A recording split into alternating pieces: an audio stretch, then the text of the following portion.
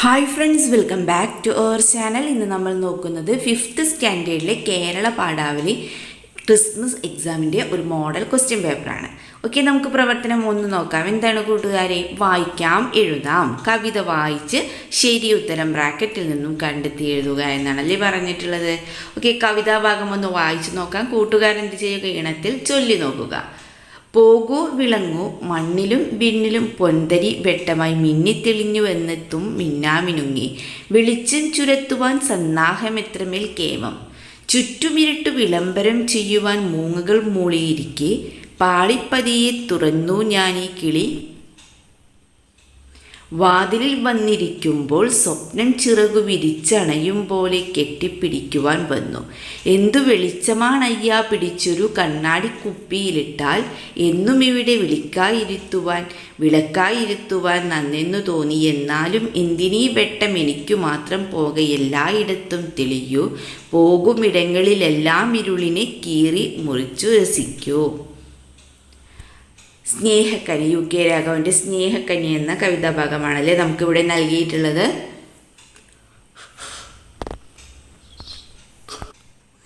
Okay, നമുക്ക് first question നോക്കാം. പൊന്തരി വെട്ടവുമായി എത്തുന്നത് ആരാണെന്നാണ് ചോദിച്ചുള്ളത്. നക്ഷത്രം, അമ്പിളിമാമൻ, മിന്നാമിനുങ്ങ്. പൊന്തരി വെട്ടമായി എത്തുന്നത് ആരാണ്? അത് മിന്നാമിനുങ്ങാണല്ലേ. ആൻസർ എന്താണ്? മിന്നാമിനുങ്ങ്. ഇരുട്ടിനെ വിളംബരം ചെയ്യാൻ മൂടുന്നത് ആരാണ്? തത്ത, മൂങ്ങ, മിന്നാമിനുങ്ങ്. ഇരുട്ടിനെ വിളംബരം ചെയ്യാൻ മൂടുന്നത് അതേ മൂങ്ങയാണല്ലേ. ആൻസർ എന്താണ്? മൂങ്ങ. ദെൻ തേർഡ് ക്വസ്റ്റ്യൻ നോക്കൂ. മിന്നാമിനുങ്ങിനെ എന്തു ചെയ്യണം എന്നാണ് കുട്ടി ആഗ്രഹിക്കുന്നത്?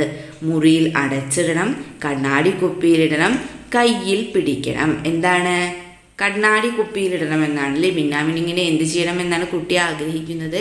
കണ്ണാടി കുപ്പിയിൽ ഇടണം. ചിറകു വിരിച്ചടയുന്നത് എന്താണ്? മേഘം, പക്ഷി, സ്വപ്നം. എന്താണ് കൂട്ടുകാരെ ആൻസർ?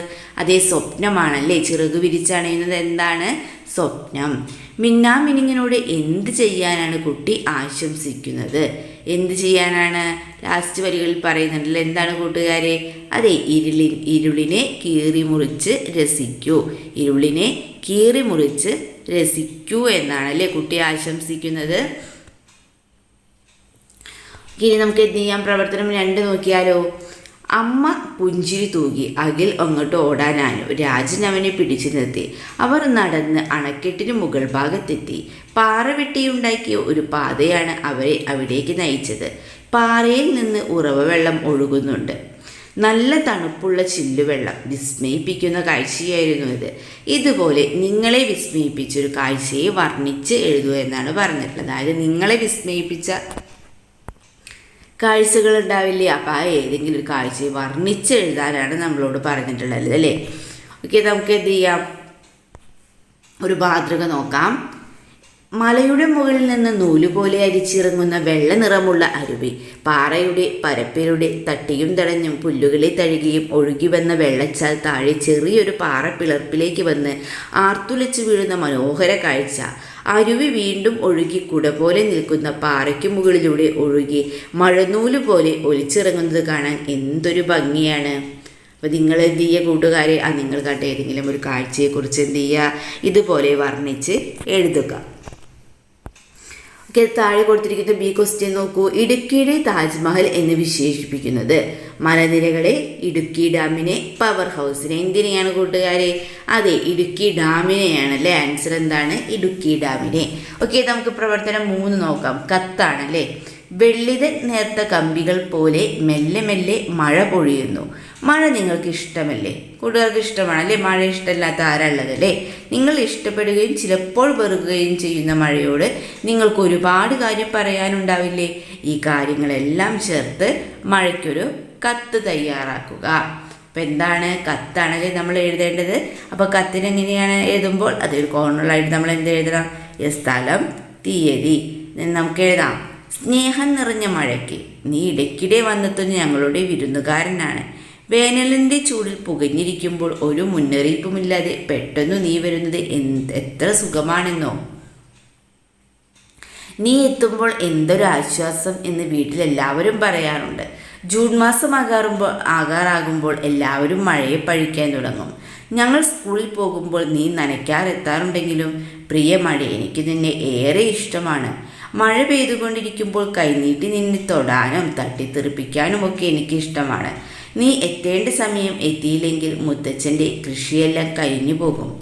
വെള്ളമില്ലാതെ കറണ്ട് ഉണ്ടാവില്ലല്ലോ. നീയില്ലെങ്കിൽ ഞങ്ങളെല്ലാം ഇരുട്ടിലാകും. പ്രിയ മഴേ, ചിലപ്പോൾ ഞങ്ങൾക്ക് ശല്യമായി തോന്നുമെങ്കിലും നീ ഞങ്ങൾക്ക് ഏറെ ഉപകാരിയാണ്. അത് ഞങ്ങൾ ഒരിക്കലും മറക്കില്ല. ഇനിയും നീ എത്തുന്നതും കാത്ത് ഞങ്ങളിരിക്കുന്നു. സ്നേഹപൂർവ്വം. എന്ത് ചെയ്യുക, നിങ്ങൾക്ക് നിങ്ങളുടെ പേരെഴുതി കത്ത് കംപ്ലീറ്റ് ചെയ്യാവുന്നതാണ്. അപ്പോൾ ഇതുപോലൊരു കത്ത് കൂട്ടുകാർ പഠിച്ചു വെക്കുമല്ലോ.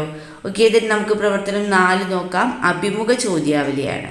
തിന്നും തിന്നപ്പെട്ടും മത്സരിച്ചും സഹകരിച്ചും ജീവിക്കുന്ന നൂറുകണക്കിന് ജീവികളുടെ ആ അത്ഭുത ലോകം കണ്ടുകൊണ്ടിരുന്നപ്പോൾ ഡോക്ടർ ഭീം പുറം ലോകത്തെപ്പറ്റി മറന്നുപോയി. താനും ചുരുങ്ങി ചുരുങ്ങി ചെറുതായി മണ്ണിനുള്ളിലെ മായാലോകത്തിൽ അദ്ദേഹത്തിന് തോന്നി. ക്വസ്റ്റ്യൻ എന്താണ്? മണ്ണിനുള്ളിലെ മായാലോകം കണ്ട ഡോക്ടർ ഭീമിനെ നേരിൽ കാണാൻ നിങ്ങൾക്ക് അവസരം ലഭിച്ചുവെങ്കിൽ അദ്ദേഹത്തോട് എന്തെല്ലാം ചോദിക്കാനുണ്ടാകും? ഒരു അഭിമുഖ ചോദ്യാവലി തയ്യാറാക്കൂ. കുറഞ്ഞത് 5 ചോദ്യങ്ങളെന്നും പറഞ്ഞിട്ടുണ്ടല്ലേ. ഓക്കെ, നമുക്ക് ഒന്നാമത്തെ ചോദ്യം എഴുതാം. താങ്കൾ ഒരു പക്ഷി നിരീക്ഷകനല്ലേ? മണ്ണിനെക്കുറിച്ച് അറിയണം എന്ന ആഗ്രഹം തോന്നിയത് എപ്പോഴാണ്? ദെൻ സെക്കൻഡ് ക്വസ്റ്റ്യൻ, കപ്പലിൽ എത്തിച്ച് മണ്ണ് തുറന്നു നോക്കിയപ്പോൾ അത്ഭുതപ്പെട്ടല്ലോ. ഇത്രയും വിസ്മയം മണ്ണിൽ ഒളിച്ചിരിപ്പുണ്ടായിരുന്നു എന്ന് എപ്പോഴെങ്കിലും ചിന്തിച്ചിട്ടുണ്ടോ? തേർഡ് ക്വസ്റ്റ്യൻ എഴുതാം. മണ്ണിനെ കുറിച്ചല്ലാതെ മറ്റെന്തെങ്കിലും നിരീക്ഷിച്ച് അറിയണമെന്ന് തോന്നിയിട്ടുണ്ടോ? ദെൻ നിങ്ങൾ ചവിട്ടി നിൽക്കുന്ന മണ്ണിൽ ഇത്രയും വിസ്മയകരമായൊരു ജീവലോകമുണ്ടെന്ന് അങ്ങ് കണ്ടെത്തിയല്ലോ. അങ്ങയുടെ കണ്ടെത്തലുകളുടെ അനുഭവത്തിൽ കുട്ടികളായി ഞങ്ങൾക്ക് നൽകാനുള്ള സന്ദേശം എന്താണ്? അഞ്ചാമത്തെ ചോദ്യം, അങ്ങൊരു പക്ഷി ഗവേഷകനാണല്ലോ. പക്ഷിലോകത്തേക്കാൾ വിസ്മയകരമാണ് മണ്ണിലെ ലോകം എന്ന് എപ്പോഴെങ്കിലും തോന്നിയിട്ടുണ്ടോ? അപ്പോൾ നിങ്ങളും എന്ത് ചെയ്യുക, ഇതുപോലെ 5 ക്വസ്റ്റ്യനെങ്കിലും തയ്യാറാക്കുക.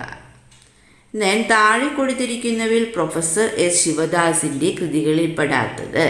കിയോ കിയോ, മണ്ണും മനുഷ്യരും, അതിനുമപ്പുറം എന്താണ്? ഇതിലെ പ്രൊഫസർ എസ് ശിവദാസിൻ്റെ കൃതികളിൽ പെടാത്തതാണല്ലേ നമ്മളോട് ചോദിച്ചിട്ടുള്ളത്. ഏതാണ്? യെസ്, അതിനുമപ്പുറം എന്താണ് എന്നുള്ളതാണല്ലേ. അതിനുമപ്പുറം എന്താണ്? ഞാൻ പ്രവർത്തനം 5 നോക്കൂ.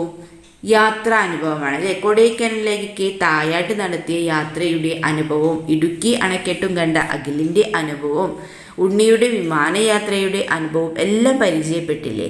നിങ്ങളെ ഏറെ ആകർഷിച്ചൊരു യാത്രയുടെ അനുഭവം കുറിപ്പായി എഴുതൂ. യെസ്, അനുഭവക്കുറിപ്പാണല്ലേ എഴുതാൻ പറഞ്ഞിട്ടുള്ളത്. നമുക്കൊരു മാതൃക നോക്കിയാലോ. മൂന്നാറിലേക്ക് നടത്തിയ യാത്രയിലെ കാഴ്ചകളും അനുഭവങ്ങളും ഇപ്പോഴും മനസ്സിൽ തങ്ങി നിൽക്കുന്നു. ഇക്കഴിഞ്ഞ അവധിക്കാലത്താണ് മൂന്നാറിന് പോയത്. മുൻപ് അവിടെ പോയിട്ടുണ്ടെങ്കിലും ചെറിയ കുട്ടിയായിരുന്നുകൊണ്ട് എനിക്കതിൻ്റെ ഓർമ്മകളില്ല. മൂന്നാറിലേക്കുള്ള യാത്രാവേളയിൽ ആദ്യം ഇറങ്ങിയത് ചീയപ്പാറ വെള്ളച്ചാട്ടം കാണാനാണ്. വലിയൊരു മലമുകളിൽ നിന്ന് ഒലിച്ചിറങ്ങുന്ന വെള്ളം താഴെ എത്തുമ്പോൾ നുരഞ്ഞു പതഞ്ഞു വീഴുന്നത് കാണാൻ നല്ല ഭംഗിയായിരുന്നു. അവിടെ അല്പനേരം ചിലവഴിച്ച ശേഷം ഞങ്ങൾ മൂന്നാറിലേക്കുള്ള യാത്ര തുടർന്നു. 3 ആറുകൾ ചേരുന്ന ഇടമാണത്രേ മൂന്നാറ്. മുതിരപ്പുഴ, നല്ലതണ്ണി, കുണ്ടള എന്നീ 3 ആറുകളുടെ സംഗമസ്ഥാനം. പരന്നു കിടക്കുന്ന തേയിലത്തോട്ടമാണ് മൂന്നാറിൻ്റെ എടുത്തു പറയേണ്ട പ്രത്യേകത. ഞങ്ങൾ മൂന്നാറിലെത്തിയപ്പോൾ മഞ്ഞിൻ്റെ പുതപ്പ് നീക്കി മൂന്നാർ ഉണരുന്നതേ ഉണ്ടായിരുന്നുള്ളൂ. ചുറ്റും പച്ചവിരിപ്പ് വിടർത്തിയിട്ടിരിക്കുന്നത് പോലെ തേയിലത്തോട്ടം കണ്ടപ്പോൾ. ഇതിൻ്റെ ഇടയിലൂടെ ചെറുവഴികളുണ്ട്. ജീപ്പിലും മറ്റും കയറി ആളുകൾ കുന്നിൻ മുകളിലേക്ക് യാത്ര ചെയ്യുന്നുണ്ടായിരുന്നു. അവിടെ നിന്നും ഇരവികുളത്തേക്കാണ് ഞങ്ങൾ പോയത്. വരയാടുകളുടെ ആവാസ സ്ഥാനമാണ് അവിടം. മല കയറുമ്പോൾ വരയാടുകൾ അവിടെവിടായി കൂട്ടം ചേർന്ന് നിൽക്കുന്നത് കണ്ടു. അവിടെ നിന്നും തിരികെ വന്ന് ആനയിറങ്കൽ അണക്കെട്ട് കാണാൻ പോയി. അവിടെ നിന്നും തിരിച്ച് മൂന്നാർ ടൗണിലെത്തിയപ്പോൾ വൈകുന്നേരമായി. സുഗന്ധവ്യഞ്ജനങ്ങളുടെയും തേയിലയുടെയും ചോക്ലേറ്റിൻ്റെയും ഒക്കെ വിൽപ്പനയിടങ്ങളാണ് ഇവിടുത്തെ പ്രധാന ആകർഷണം. ഞങ്ങൾ തേയിലയും ചോക്ലേറ്റുമൊക്കെ വാങ്ങി ഇരുട്ട് വീഴുന്ന സമയത്താണ് അവിടെ നിന്നും തിരികെ പോയത്.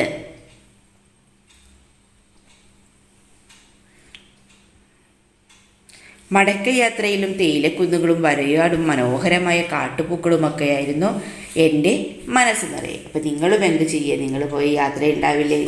യെസ്. അപ്പോൾ ഏതെങ്കിലും ഈ യാത്രയെക്കുറിച്ച് എന്ത് ചെയ്യുക, അനുഭവക്കുറിപ്പ് തയ്യാറാക്കുക. ഓക്കെ, ഇതിന് പ്രവർത്തനം 6 നോക്കൂ. എന്താണ്? യെസ്, ആസ്വാദനം തയ്യാറാക്കാനാണല്ലേ. താഴെ കൊടുത്തിരിക്കുന്ന കവിത വായിക്കൂ. കവിതയുടെ ആശയം, കവിത നൽകുന്ന സന്ദേശം, പദപ്രയോഗ ഭംഗി ഇവ വിശകലനം ചെയ്ത് ആസ്വാദനക്കുറിപ്പ് തയ്യാറാക്കുക. ഓക്കെ, നമുക്കൊന്ന് വായിച്ചു നോക്കാം. ഒരു മരം ഒരു കുരു മണ്ണിൽ നട്ടു നനച്ചാൽ ഒരു മരമായിരം. ആ മരം ഒരു വൻമരമായി തീർന്നാൽ ഭൂമി തണുത്തിടും. ആ മരമരുളും തണലൊരായിരം ആളുകൾ എത്തിയിടും.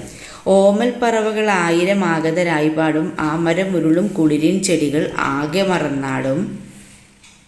കാറ്റും മഴയും വെയിലും മഞ്ഞും കൂട്ടി നനഞ്ഞിടും. ഒരു കുരു മണ്ണിൽ നട്ടു നനച്ചാൽ ഒരു മരമായിടും. ആ മരം ഒരു വൻമരമായി തീർന്നാൽ ഭൂമി തണുത്തിടും. മലയത്ത് അപ്പുണ്ണിയുടെ വരികളാണല്ലേ. നമ്മളുടെ എന്താണ് പറഞ്ഞിട്ടുള്ളത്? യെസ്, ആസ്വാദന കുറിപ്പാണ് അല്ലേ. ഓക്കെ, നമുക്ക് ആൻസർ എഴുതാം. ഒരു മരം നട്ടുപിടിപ്പിച്ചാൽ അത് നമുക്ക് എത്രമാത്രം അനുഗ്രഹമായി മാറും എന്ന സന്ദേശം പകരുന്ന കവിതയാണ് മലയത്ത് അപ്പുണ്ണിയുടെ മരം. ഒരു വിത്ത് ഈ ഭൂമിയിൽ നട്ടു നനച്ച് വളർത്തിയാൽ ഒരു മരമായി മാറും. ആ മരം വളർന്നു വലുതായാൽ അത് ഈ ഭൂമിക്ക് തണലായി അത് നിലകൊള്ളും. ഒരു വലിയ മരമായി അത് വളർന്നു കഴിയുമ്പോൾ അതിൻ്റെ തണലിൽ വിശ്രമിക്കാൻ ധാരാളം ആളുകൾ വന്നെത്തും. ധാരാളം പാവകൾ അവിടെ കൂടിരിക്കും. അവരവരുടെ പാട്ടുകളാൽ ആ പ്രദേശമാകെ മുഖരിതമാകും. ആ മരം നൽകുന്ന തണുപ്പിൽ കുഞ്ഞു ചെടികൾ ആടിപ്പാടി നിൽക്കും. കാറ്റും മഴയും മഞ്ഞുമെല്ലാം കാലം തെറ്റാതെ കൃത്യമായി വന്നു ചേരും. ഒരു ചെറിയ വിത്തിൽ നിന്നാണ് ഇത്രയും മഹത്തായ ഒരു ആവാസ വ്യവസ്ഥ രൂപപ്പെടുന്നത്. ഒരു മരമെങ്കിലും നാം നട്ടുവളർത്തിക്ക് ഭൂമിക്ക് തണലും തണുപ്പ് നൽകണമെന്ന് ഓർമ്മിപ്പിക്കുന്നു.